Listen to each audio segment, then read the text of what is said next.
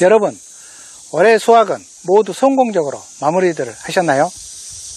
좋은 품질의 과일을 좋은 시기에 출하하여 많은 농가분들이 힘을 얻으셨기를 바랍니다. 드디어 전반적으로 우리나라 블루베리 수확은 이제 모두 끝이 났습니다.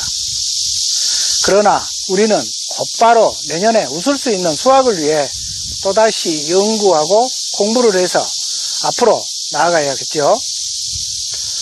내년 기분 좋은 수확을 위해 가장 먼저 되돌아보면서 반성하고 좀 더 올바른 원리를 공부하여 품질 좋은 과일을 생산하고 싶지 않으신가요? 오늘 저와 함께 어떻게 하면 어떤 원리로 과일을 크게 만들어 좋은 가격을 받을지 그 공부를 함께 해보도록 하겠습니다. 여러분, 반복하여 정확한 원리를 숙지하신다면 여러분들은 차별화된 결과를 얻으실 것입니다. 자, 저와 함께 공부하러 가시죠. 안녕하세요, 베리드림입니다. 우리는 블루베리 수확을 끝내고 본인 농장의 성적표를 반드시 꼼꼼히 체크를 해나가야 하는데요. 그 이유는 내가 잘못한 것을 반성을 하고 그냥 주변 분들 말만 들을 것이 아니라 좀 더 원리에 입각한 공부를 하고 이를 실천을 함으로써 내년에 더 좋은 성적을 올리기 위함입니다. 여러분들은 과일의 품질과 높은 가격은 어디에서 시작할 것 같은가요? 소비자가 생각하는 과일의 품질 제1번은 바로 과일의 크기와 단단함입니다. 오늘은 과일 품질의 제1번인 과일의 크기를 올리는 원리에 대해 알아보도록 하겠는데요. 선진 농업인의 길은 원리를 정확히 알아가는 공부 시간이기 때문에 절대 결과만을 보려고 하시지 말고 그 과정을 이해가 될 때까지 천천히 여러 번 보시면서 숙지해 주시기 바랍니다. 과일의 크기를 결정하는 요소들은 하나하나 빠뜨리지 마시고 공부하셔서 내 농장의 과일을 멋지게 키워보시기 바랍니다. 구독과 좋아요 그리고 영상 공유로 주변의 많은 분들과 좋은 정보 함께 하시길 바랍니다. 먼저 이 영상과 함께 시청하시면 더욱 도움이 될 영상을 이 영상의 후반에 소개해 드릴 테니 그 영상들도 함께 시청을 하시면 더욱 도움이 되시리라 생각합니다. 자, 그러면 과일의 크기를 결정하는 것은 무엇이 있을지 지금부터 자세히 알아볼까요? 첫 번째, 과일 안에 있는 세포의 개수가 많을수록 과일은 커집니다. 과일은 그 종류에 따라 꽃이 피는 궤하기부터 과일이 커가는 성숙기까지의 기간이 천차만별로 각각 다르게 나타납니다. 모든 과일은 이러한 궤하기부터 성숙기까지 기간 동안에 과일의 크기와 무게가 결정이 되는데요. 과일의 크기는 일반적으로 과일 한 개당 세포의 총 개수와 그 개개 세포의 크기 그리고 그 세포가 어느 정도 밀집이 되었는가에 따라 세포 밀도에 의해 결정이 됩니다. 이러한 과일 크기를 결정하는 세포의 개수를 결정을 하게 되는 세포 분열이라는 것은 개화 이후 비교적 아주 짧은 기간 동안 집중적으로 일어나는데요. 통상적으로 생육기간 전체를 100으로 보았을 때 약 15% 이내의 짧은 기간 동안 이루어지게 됩니다. 즉, 과일은 보유하고 있는 세포의 개수가 많을수록 그 크기가 커지는 원리인데요. 이러한 세포의 개수를 늘리는 것이 바로 세포 분열이라고 할 수 있습니다. 이 세포 분열이라는 것은 한 개의 세포가 2개, 3개, 4개 등으로 각각 갈라지는 것이기 때문에 세포 분열이 많이 될수록 당연히 세포의 개수는 기하급수적으로 늘어나겠죠. 개화기간 동안은 세포 분열이 거의 중지 상태로 있다가 수정이 완료돼서 과일적으로 동화 물질의 유입이 활발히 이루어질 때 과일의 각 조직은 분열 활성을 지니게 되어서 드디어 과일 성장을 시작하게 됩니다. 이러한 과일의 크기를 결정하는 한 부분인 세포의 개수를 늘리는 세포 분열은 개화 이후 아주 짧은 불과 몇 주 동안에 완료가 되어버리는데요.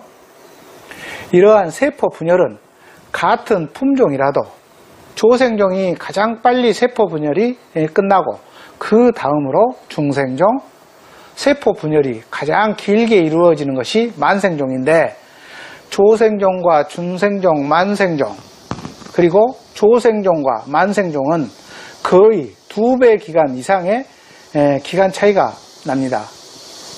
그렇기 때문에 우리가 블루베리 뿐만이 아니라 모든 과수는 세포 분열이 빨리 끝나 숙기에 들어가는 조생종 수확이 빠르게 되는 원리가 되겠습니다.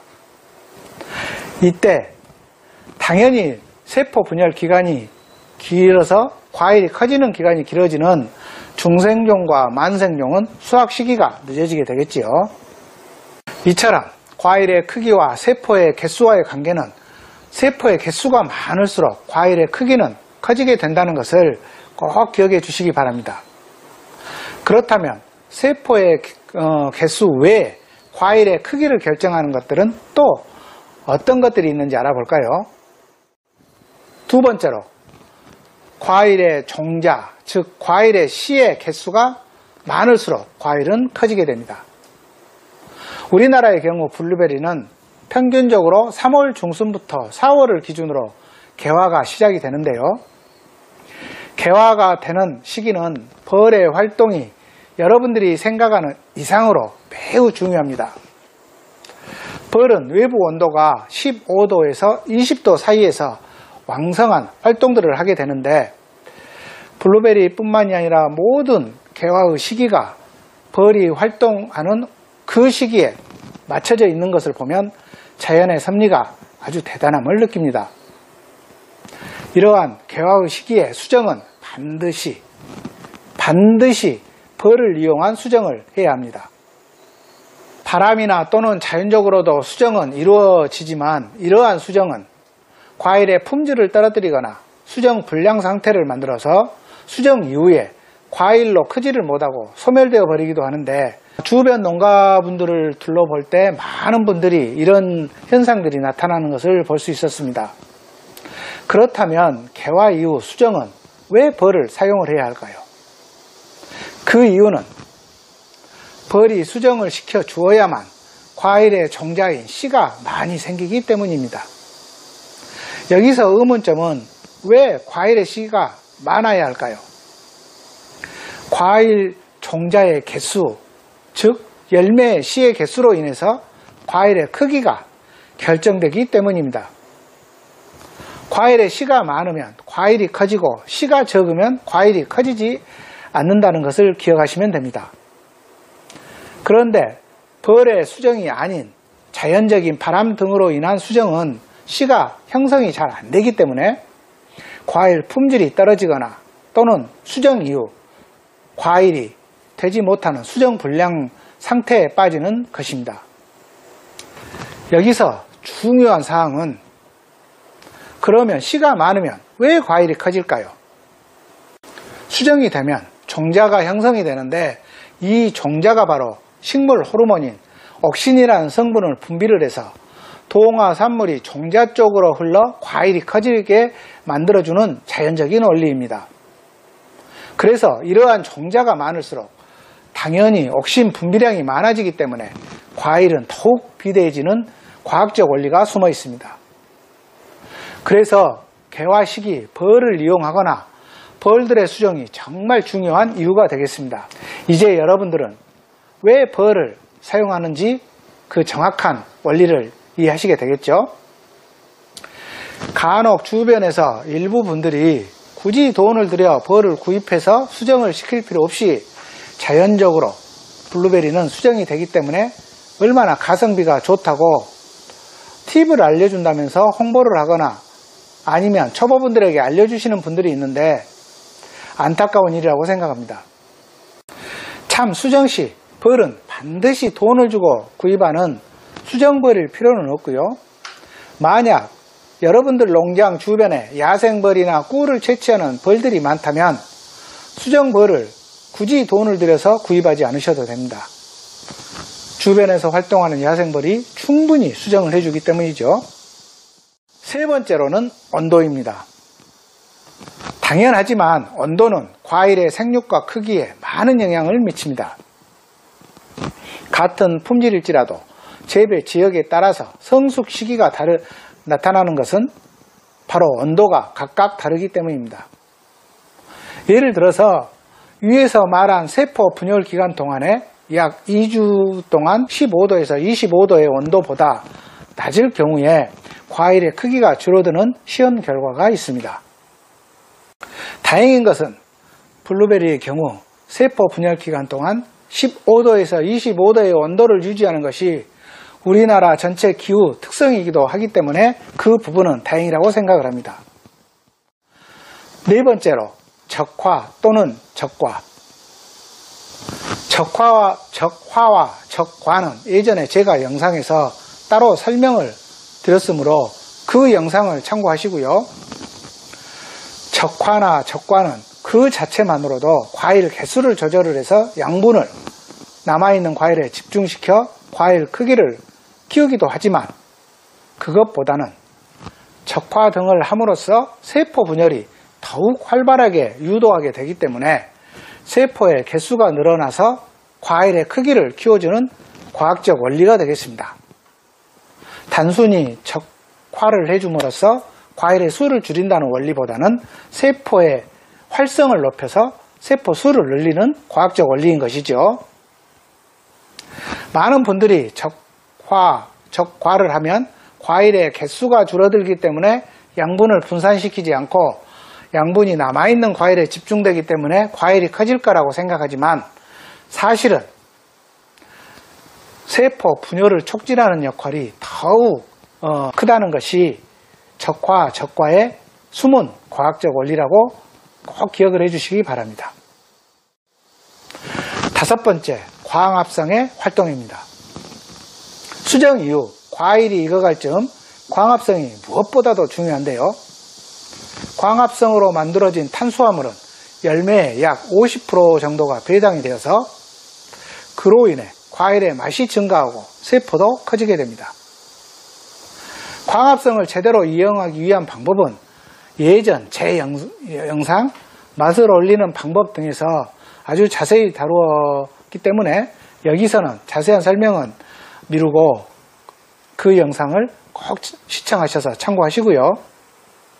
이 시기는 충분한 수분 공급과 겨울철 올바른 전종으로 인한 적정한 나뭇잎의 개수가 필요한데요.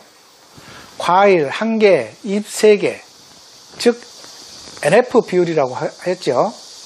이와 같은 광합성을 제대로 이용을 하면 그 어떤 당도 올리는 비료보다 효과가 훨씬 뛰어나고 과일의 크기도 함께 커지게 하는 효과가 있습니다. 즉 토양에 아무리 비료 성분이 많아도 잎을 통한 광합성을 하지 못하게 되면 나무는 당을 만들지 못해서 맛을 올리지 못하게 되는데요.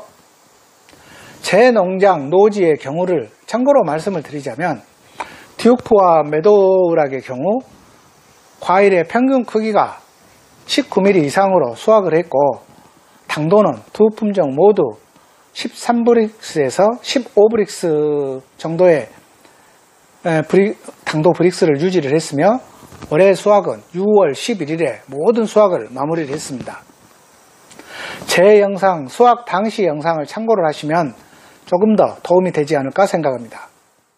이상 오늘은 과일의 품질을 올리는데 가장 중요한 과일을 키우는 방법을 알아보았습니다.